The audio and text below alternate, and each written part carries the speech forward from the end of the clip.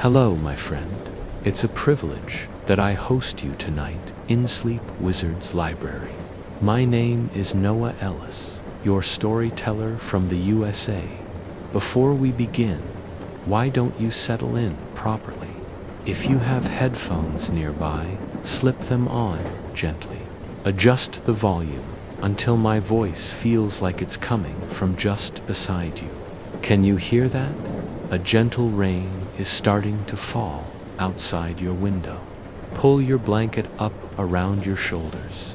Let it wrap you in warmth. Take a slow, deep breath with me now, in through your nose. Hold it for a moment and let it go softly through your mouth. Good. Now, close your eyes if you like and count 10 slow heartbeats with me. 1 to 3, feeling your body sink deeper. 4, 5, 6, letting the day's weight slip away. 7, 8, 9, and 10.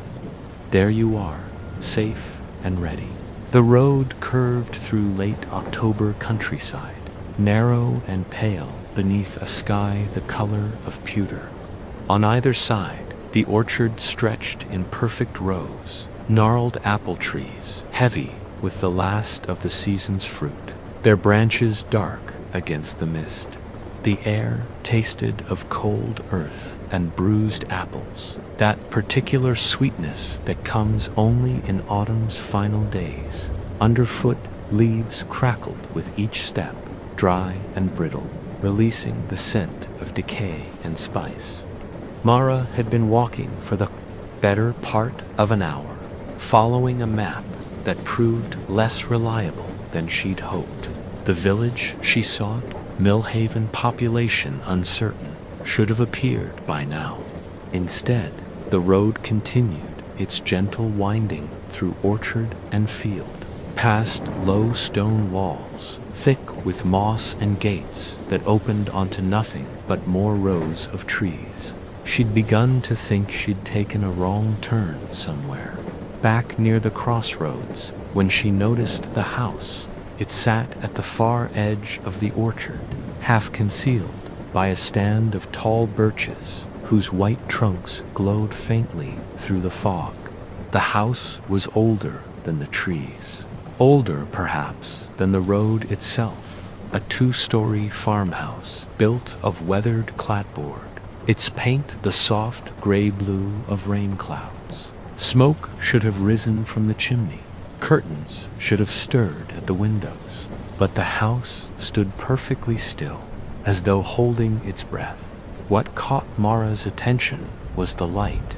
A single window on the ground floor glowed with warm amber, the gentle flicker of lamplight or candle flame, and the front door stood, slightly ajar, revealing a slice of golden interior against the autumn gloom. She paused at the edge of the orchard, one hand resting on the rough bark of an apple tree. The rational part of her mind catalogued concerns, trespassing, unexpected inhabitants, the impropriety of approaching an unfamiliar house at dusk, but something deeper called to her, a sense not of danger, but of invitation, as though the house itself had been waiting. The path from the orchard to the door was lined with stones, smooth river rocks set into the earth with care. They led her forward through unmown grass that brushed against her legs, releasing the scent of dried clover. As she drew closer, details emerged. A porch wrapped around 2 sides of the house, its boards solid despite their obvious age. A rocking chair sat motionless near the door. A wind chime hung silent from the eaves, its glass pieces catching the last of the day's light. Mara climbed the 3 steps to the porch. The wood creaked beneath her weight, not the groan of rot, but the honest complaint of old timber settling. She reached the door and knocked, her knuckles meeting wood so dense it barely echoed. No answer came. No footsteps approached from within. She knocked again, then waited, counting her breaths. 20 seconds, 30, at 45. She placed her palm against the door and pushed it gently inward. The hinges made no sound. The door swung open as though recently oiled, revealing a single room that comprised most of the ground floor. What struck her first was the warmth, not merely the absence of cold, but genuine heat, radiating from a cast iron stove in the far corner where embers glowed a soft orange through the grate. The second impression was one of preservation, as though the room existed outside normal time, protected from the decay that should have claimed it. A long wooden table dominated the center of the space, its surface worn smooth by decades of use.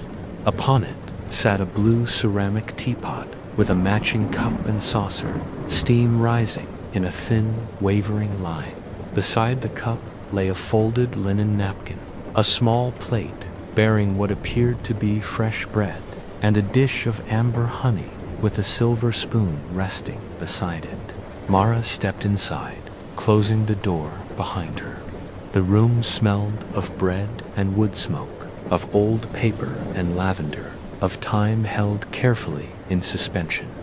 To her right, a bookshelf stretched floor to ceiling, packed tight with volumes whose spines showed titles in faded gilt, almanacs and poetry collections, farming journals and local histories. To her left, a stone fireplace stood dark and cold, but its mantel displayed a careful arrangement of photographs in tarnished silver frames. She approached the mantel, drawn by the faces captured there. The photographs were old, seeped images of serious men and women in the fashion of a century past. One showed a group gathered on the porch outside, perhaps 20 people of varying ages, all dressed formally, despite what appeared to be a casual gathering. Several held cups or small plates in the background, barely visible through the old photograph's grain. The orchard stretched in neat rows. Beneath this photograph, someone had written in careful script, All Hallows Eve, 1923. Another frame held a similar scene, this one dated 1924, another from 1925. Mara counted them, 12 photographs in total, each documenting what appeared to be an annual gathering, each dated consecutively from 1923 through 1934. Then nothing. She returned her attention to the table. The teapot still steamed. She touched its side with one fingertip and pulled back at the heat. Fresh, or seemingly so. The bread on the plate showed no signs of staleness, its crust still, glossy, a few crumbs scattered beside it as though someone had just torn off a piece. But no one was here. The house was empty of human presence. She was certain of that now. Yet everywhere were signs of recent occupation, of life interrupted mid-task. On the far side of the table, tucked beneath a small oil lamp whose flame burned steady and yellow, Mara noticed a wooden box. It was perhaps 8 inches square, made of dark walnut with dovetailed joints at its corners, the work of a skilled craftsman. Brass hinges glowed dully in the lamplight. There was no lock. She pulled out one of the chairs, simple ladder-back design, comfortable despite its age, and sat down. The box felt heavy in her hands, solid. She lifted the lid.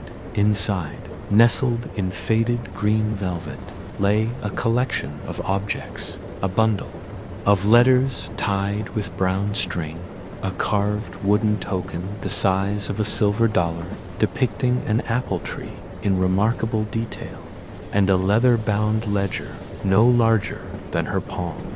Mara chose the ledger first.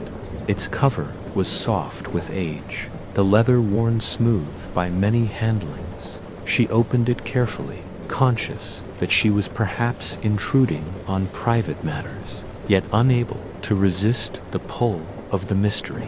The first page bore an inscription in the same careful hand as the photograph captions. Record of gatherings. The orchard house commenced. October 31st, 1923. May all who enter find welcome. What followed were entries documenting each year's Halloween gathering in meticulous detail. The handwriting remained consistent throughout. The same person had kept this record across all those years. October 31st, 1923. 23 souls crossed the orchard tonight, made 5 apple cakes, 3 loaves bread. The Hendersons brought cider, the Marlows their famous spiced nuts. We told stories until past midnight. Margaret insisted we should make this annual. I agreed readily. October 31st, 1924-26, this year. Word has spread. Provided soup in addition to cakes.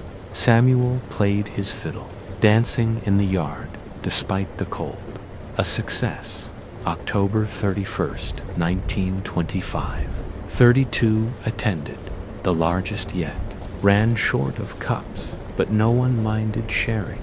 Young William Thatcher recited poetry. His voice carried through the house like birdsong. Margaret says this has become the village's true harvest celebration. The entries continued in this vein, documenting growth and tradition. The small details of community gathering. Who brought what dish? Which stories were told? How the weather cooperated or challenged them. Names recurred. Margaret, clearly. The writer's wife or partner. Samuel with his fiddle. The Henderson family. A woman named Eleanor, who apparently had a gift for telling ghost stories that frightened without truly scaring. Mara, read on, watching the years accumulate. The gatherings grew larger, then stabilized at around 40 regular attendees. The ritual became established. Arrive at dusk, share food, tell stories. As night deepened, depart around midnight with a token from the carved box, that same box that now sat before her. October 31st, 1943 gathered. Eleanor told the story of the white doe, again, still the favorite. Margaret has carved 45 tokens this year in preparation for next. The house feels most alive on these nights, as though it knows its purpose. But then, as Mara turned toward the later pages, the tone began to shift. October 31st, 1931, 37 tonight. Several families sent regrets. The Henderson farm is struggling. They couldn't make the journey. Margaret more tired than usual. We ended early by 10, but still good, still right. October 31st, 1932, 29. The hard times press on everyone. Many apologized for missing. Those who came were grateful for the warmth and food. Margaret barely made it downstairs. I should have canceled, but she insisted. Said the house needs this. That we all do. October 31st, 1933, 15. Margaret watched from her chair by the window, did not have strength for more. Still, she smiled to see familiar faces. No dancing this year. Eleanor came but told no stories. Said it didn't feel right. I understand. October 31st, 1934. 6 came. Margaret too weak to leave the bedroom. I brought her tea and described who arrived. She squeezed my hand, asked me to promise I'd continue this, no matter what. I promised, though my heart wasn't in it. How do you continue something that was always meant to be shared? The next page was blank. Then one final entry, dated differently. December 3rd, 1934. Margaret passed in her sleep last night. The first snow came with her leaving. I understand now what she meant about the house. It holds memory like earth holds water. I can feel her here still, in the warm planks, in the kitchen's particular quiet. I'll keep the promise as long as I'm able. The door will remain open every October 31st. The lamp will be lit. The table will be set. If they come, they come. If not, the house itself will remember. There were no more entries. Mara closed the ledger carefully and sat in the lamplight, feeling the weight of those words. She looked around the room again with new understanding. This wasn't abandonment, it was vigil. Someone had kept their promise, had maintained this space year after year, waiting for a tradition to revive that never did. She glanced at the date on her phone, October 31st. Tonight, the realization sent a chill across her skin that had nothing to do with cold. She'd stumbled into this house on the precise night it had been prepared for, following a pattern established nearly a century ago. The fresh bread, the steaming tea, they weren't impossible, they were intentional. Someone still kept the promise. But who? The writer of the ledger would be long dead, even if they'd lived decades past 1934. And yet the fire burned, the lamp glowed, the tea steamed. Mara set the ledger aside and reached for the bundle of letters. The string untied easily, falling away from 7 envelopes, each addressed in the same careful hand. She slid the first letter free and unfolded paper so thin it was nearly translucent. My dear Margaret, I've set the table as you would have. The lamp burns with the oil you always preferred, the clear kind that doesn't smoke. I made your apple cake, though mine never rise quite as yours did. The house is warm, the door is open. I believe they'll come tonight. I have to believe it. The orchard looks beautiful in today's light. The fog came in just as you loved, making the trees look like they're standing in cloud. I picked the last apples this morning. Most will go to cider, but I saved the best for cakes and for the table. I miss your voice, yours. Thomas. The subsequent letters followed a similar pattern. Thomas, writing to Margaret, describing each year's preparation, his hope that the villagers would return, his gradual acceptance that they might not. The letters were dated, one for each October 31st, from 1935 through 1941. 1937. Only the McAllister boy came tonight. He's 17 now. Didn't remember the old gatherings, but his grandmother told him stories. He stayed for an hour. We barely spoke, but it was enough to not be alone. 1939. No one came. I waited until past midnight. The food will keep, perhaps, next year. The house doesn't judge my hope.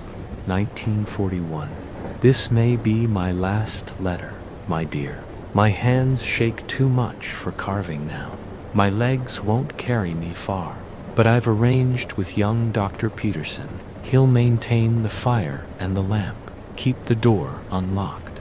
He thinks it's sentiment, but he's kind enough to indulge an old man. The tradition must continue. The house must remember. The last envelope was different, thicker paper, more recent. Mara opened it with careful fingers. To whoever finds this, my name is James Peterson. I'm writing this in October 1985. I'm the grandson of the Dr. Peterson mentioned in Thomas Greenwood's last letter. My grandfather kept his promise to Thomas for nearly 30 years after Thomas passed in 1942. He maintained the fire every October 31st, set the table, lit the lamp. When he died in 1970, he asked me to continue. I'm a practical man. I don't believe in hauntings or magic, but I do believe in promises and memory. So I come here every year on this date. I clean, I build the fire, I light the lamp, I set out food, simple things, but fresh. I stay until midnight, then lock up and leave. I'm 63 now. I don't know how many more years I can make this journey. The road is rough, and my knees aren't what they were. I'm writing this to explain, in case someone finds the house lit and prepared, but empty. It's not abandoned, it's tended, it's loved. The box contains tokens Thomas's wife Margaret carved before she died. Take one if you wish. They were meant to be given. And if you understand what this house represents, if you feel what I feel, when I'm here, then perhaps you'll help me keep the promise. The address for Millhaven Village Hall is written on the back of this letter. Ask for Helen Greenwood. She's Thomas's great-niece. She want to know the house is still standing. James Peterson Mara flipped the letter over. An address was indeed written there in blue ink, along with directions. Millhaven Village Hall was less than 2 miles further down the road she'd been traveling. She sat back, the letter resting on her lap, and listened to the house. The fire crackled softly. The lamp flame wavered in an invisible draft somewhere. Upstairs, a floorboard creaked, the sound of old wood settling, nothing more. And yet, the rocking chair on the porch began to move. Mara heard it clearly through the closed door, the rhythmic creak of rockers against wood, back and forth, steady as breathing. She rose and went to the window, peering out into the gathering darkness. The chair rocked empty, moving as though recently vacated, as though someone had just stood and stepped away. As she watched, it gradually slowed, the arc of its motion decreasing until it came to rest. Mara felt no fear. Instead, an overwhelming sense of presence filled the house. Not threatening, but aware, attentive, grateful. The house knew it was not alone tonight. The vigil was witnessed. She returned to the table and carefully selected one of the wooden tokens from the velvet-lined box. The one she chose depicted an apple tree in full fruit, each tiny apple carved with remarkable precision. She could make out individual leaves, the texture of bark. It fit perfectly in her palm, smooth and warm, as though it had been held recently. The tea in the pot was still hot. Mara poured herself a cup, added a small spoonful of honey, and sat drinking it slowly while night settled over the orchard. The taste was delicate, floral, something herbal, perhaps chamomile or lavender. It warmed her from within, easing tensions she hadn't known she carried. When the cup was empty, she carefully washed it, and the teapot in the small sink near the stove, dried them both with a clean towel, and returned them to their places. She tidied the letters back into their bundle, placed the ledger and the token box exactly as she'd found them. Before closing the walnut box, she paused, then carefully extracted 3 more tokens, enough for herself, Helen Greenwood, and perhaps James Peterson, if he was still living. She found a small cloth bag in a kitchen drawer and placed the tokens inside. Then, on an impulse, she tore a clean page from a notebook in her bag and wrote a brief message. October 31st, 2024. Someone came tonight. The house is not forgotten. I'm taking a token to Helen Greenwood in Millhaven, along with news that Thomas's promise has been kept. Thank you for maintaining this place. Thank you for believing in memory. A grateful traveler, she left the note on the table beside the lamp. weighted with the honey dish so it wouldn't blow away. As she prepared to leave, the kettle on the stove, which had been silent and cold when she entered, released a soft whistle, barely audible, as though something within it had suddenly warmed. Mara turned to look. No fire burned beneath it. The stove's embers had faded to gray, yet steam rose from the kettle's spout in a thin, wavering line. She smiled despite herself. "I understand," she said softly to the empty room. "I'll tell her." The lamp flickered once, twice, then burned steady. Mara let herself out, closing the door carefully behind her. The porch was dark now, full night having arrived while she read, but the window glowed warm behind her, light spilling out onto the unmown grass.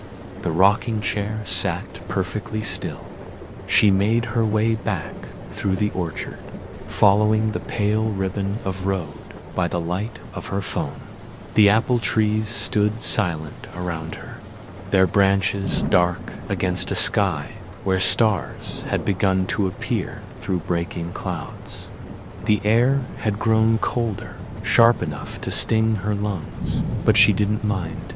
The token in her bag seemed to radiate a subtle warmth, a reminder of the house behind her and the promise that bound it to memory. Millhaven appeared as a cluster of lights in the valley. Below, a small village, perhaps 24 buildings, clustered around a crossroads. She could make out the white steeple of a church, the broader shape of what might be a general store or meeting hall. Smoke rose from several chimneys, carried away by the night wind. The walk took another 30 minutes. By the time Mara reached the village proper, her legs ached pleasantly from the distance traveled. The village was quiet, most houses showing only a single lighted window. A few jack-o'-lanterns grinned from porches, their candles long since guttered. Halloween was ending. People were settling in for the night. The village hall was easy to find, a 2-story building of red brick with Millhaven Village Hall established, 1887, carved into the lintel above the door. Lights burned in several windows on the ground floor, and she could hear voices from within, the sound of laughter and conversation winding down. She climbed the steps and tried the door. Unlocked. A large open room held the remnants of what appeared to be a community. Halloween gathering, long tables covered in orange and black paper, mostly empty now, but bearing the debris of a well-attended party. A few adults clustered near a coffee urn in the back, talking in low tones, while a pair of teenagers stacked folding chairs. An older woman looked up at Mara's entrance. She had silver hair pulled back in a neat bun, sharp eyes behind wire-rimmed glasses, and the posture of someone accustomed to organizing things. She approached with a friendly but curious expression. "Hello, dear. I'm afraid you've just missed the party. We had a good turnout this year, but everyone's heading home now." "I'm looking for Helen Greenwood," Mara said. "I was told she might be here." The woman's expression shifted to mild surprise. "I'm Helen, and you are?" "A traveler.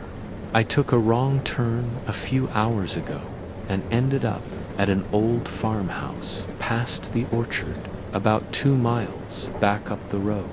The one with the birch trees. I believe it belonged to your great-uncle Thomas." Helen Greenwood's face transformed. The professional pleasantness gave way to something deeper. Recognition, wonder, a touch of old grief. She reached out and gripped Mara's arm. "The orchard house. You were there tonight." "I was." I found Mara pulled the cloth bag from her pocket and extracted one of the tokens. I found these, and letters, and a ledger. Someone's been maintaining the house, keeping it ready. A man named James Peterson. Helen's eyes filled with tears, though she smiled even as they spilled over. James passed 3 years ago. He was my father's cousin. I used to go with him sometimes when I was young to help prepare the house. I never understood why it mattered so much to him until I was older. She turned the token over in her hands, tracing the carved apple tree with one finger. This is Margaret's work. My grandmother told me stories about her, about the gatherings, how the whole village would cross the orchard for them. It was before my time, of course, but the stories, they made it feel alive, you know, like it had just happened yesterday. Your great-uncle Thomas promised to keep the tradition going, Mara said. And Dr. Peterson kept that promise after Thomas died, and James after him. I know. James told me those last years. He asked if I'd continue. Helen, looked down at the token. I thought about it, but I couldn't manage it alone. Couldn't keep getting out there regularly at my age. I've been feeling guilty about it. Honestly, the house deserves better. It's still there, Mara said, still waiting. The fire was burning tonight. The lamp was lit. The table was set, just as the letters described. One of the men from the back of the room had drifted over, listening. He was perhaps 60, solidly built, with the weathered face of someone who worked outdoors. "Excuse me," he said quietly. "I'm sorry for interrupting, but did you say the orchard house? The old Greenwood place?" Helen nodded. "Paul, I'm sorry, I didn't get your name." Mara Chen. Mara found the house tonight. It's still prepared, just as James left it. Paul's expression grew thoughtful. "My grandmother used to tell stories about those Halloween gatherings. She was young when they ended, but she remembered them, said they were the best night of the year." He paused. "I've wondered about that house, driven past it a few times, but never stopped. Seemed like trespassing, I guess. It was never locked," Helen said. "Thomas wanted people to come. That was the whole point. The open door, the lit lamp, an invitation. Then maybe," Paul said slowly, "it's time we accepted it. If the house is still there, still waiting, maybe we should honor what Thomas and Margaret started, what James kept alive." Helen looked at him, then at Mara, then down at the token in her hand. "You mean revive the gatherings? Why not? We just had 40 people here tonight for a Halloween party. We could have it there instead, at the house where it began.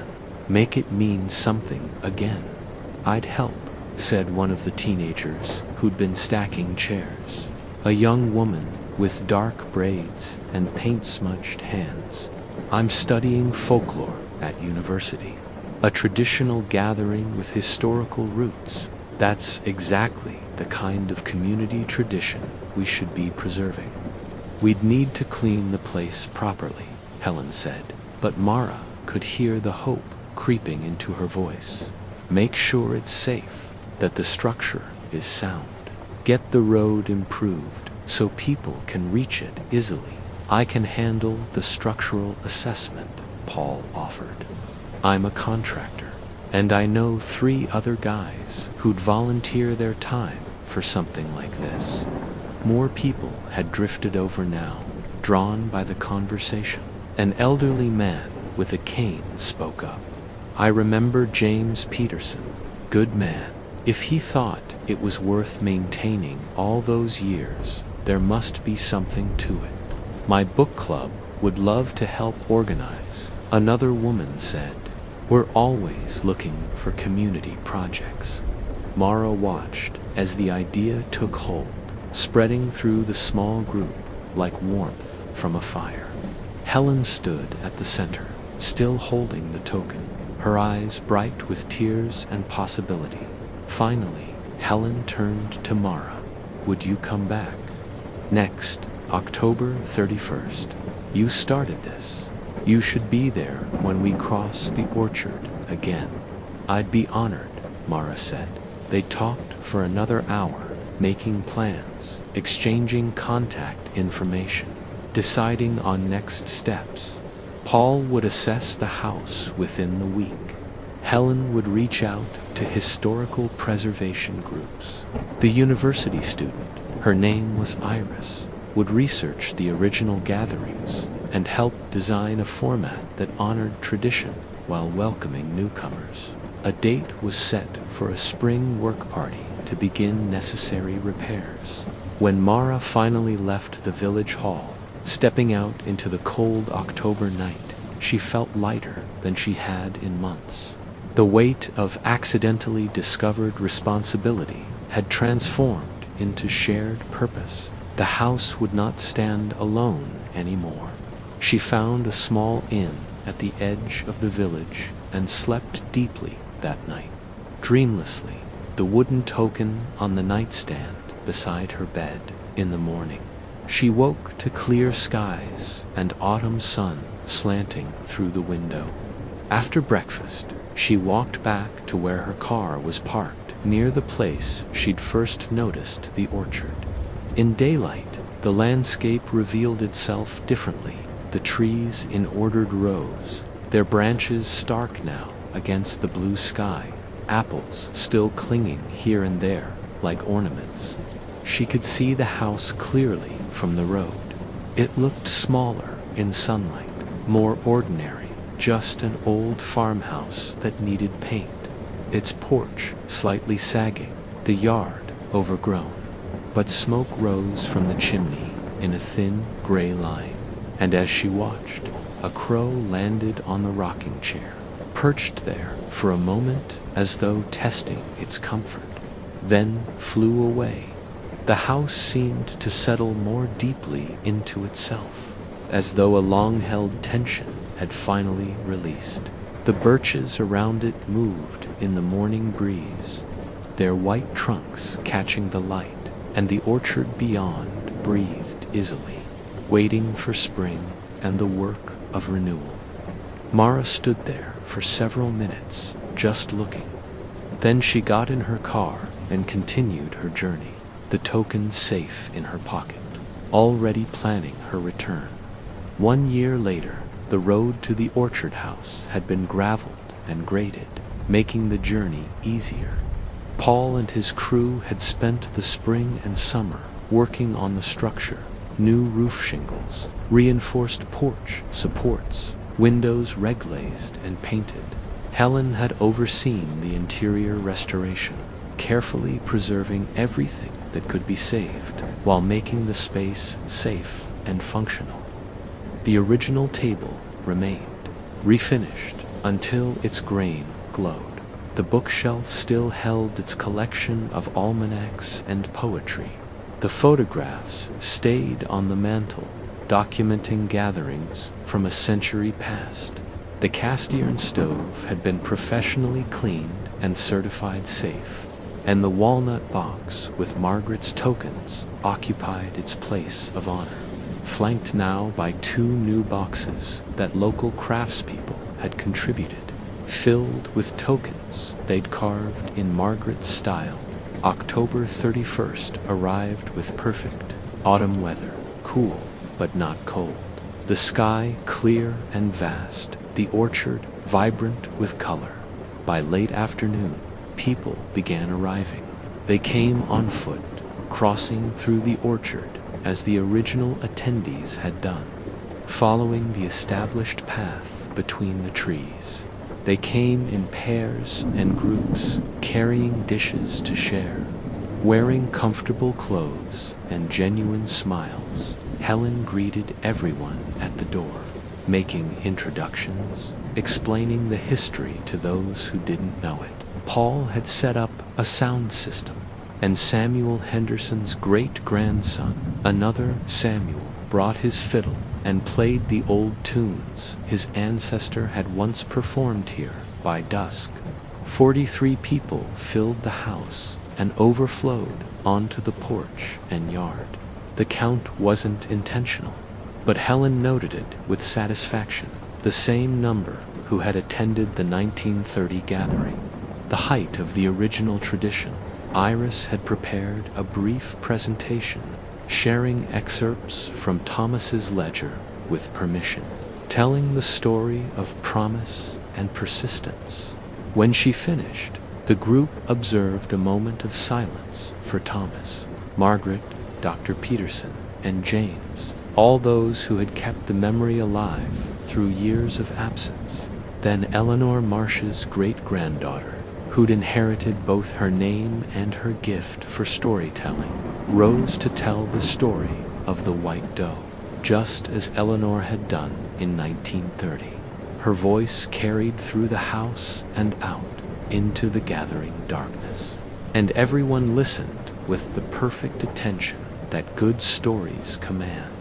Food circulated, apple cakes and fresh bread, cider and spiced nuts, soup and honey. People talked and laughed, sharing their own memories, creating new ones. Young and old mixed freely, and the house seemed to expand to contain them all, its walls breathing with human warmth. Parma arrived just as full darkness fell. She'd driven up from the city, where she'd settled after her wandering, timing her arrival carefully. Helen spotted her immediately and pulled her into a fierce hug. "You came. I wasn't sure you would, I promised," Mara said simply. "Like Thomas," Helen replied, smiling through fresh tears. They stood together on the porch as the party continued inside and around them. The orchard stretched away into darkness, rows of trees barely visible beneath the stars. From inside came music and voices, the sounds of community gathering, of tradition renewed. "Do you think they know?" Mara asked quietly. "Thomas and Margaret, that we came back?" Helen looked at the house, at the warm light spilling from its windows, at the smoke rising from the chimney into the clear night. "I think the house knows," she said, "and maybe that's enough." Just then, from somewhere upstairs, from the room where Margaret had spent her final days, came a sound. Not footsteps, or creaking, or anything that could be explained away. Just a soft exhalation, like a breath released after being held for far too long. A sound of relief, of rest. Both women heard it clearly. They looked at each other, and Helen squeezed Mara's hand. "Thank you," Helen whispered, "for stopping, for staying, for understanding what this place needed. Thank you for finishing what I started," Mara replied. They went inside together, joining the others in the warm, lamplit room where stories were still being told, and where, for the first time in 90 years, the promise was being kept not out of duty or obligation, but out of joy. The party lasted past midnight, as the original gatherings had. When people finally began to leave, each took one of Margaret's tokens, or one of the new ones carved in her honor. They crossed back through the orchard in small groups, their voices carrying through the still night, their laughter like small bells in the darkness. Helen and Paul stayed behind to bank the fire and clean up. Mara helped, the three of them working in comfortable silence, putting the house to rest. When everything was done, they stood in the doorway for a final moment.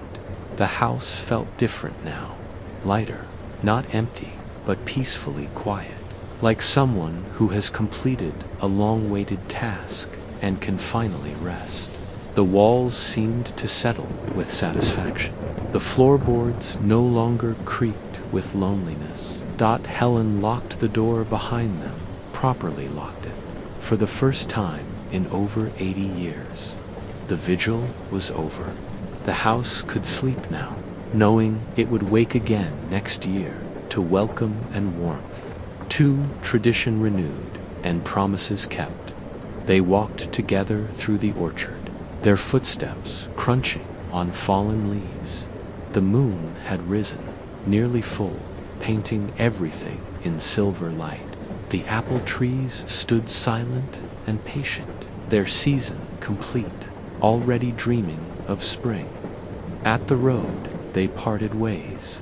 Mara drove slowly back toward the city, watching the orchard fade in her rear-view mirror. The token from her first visit still sat on her dashboard, and beside it now rested the new one she'd taken tonight. A matching pair, a year apart, a circle completed. The orchard dreams in moonlight. The house settles into quiet. Dawn will come, and with it, ordinary day, but the memory of gathering remains, pressed into wood and stone, into the very air of the place. Morning light touches the apples first, making them glow like small suns among the leaves. It slides across the porch, warming the rocking chair that sits perfectly still. It finds the windows and pours through them into the empty room, where dust motes dance in golden shafts, where the table waits, clean and ready, patient and content. The lamp on the table no longer burns. The fire has gone to ash. The house rests in earned silence. But next October, the lamp will light again. The door will open. The orchard will lead them home. The promise is kept. The house remembers, and all is well.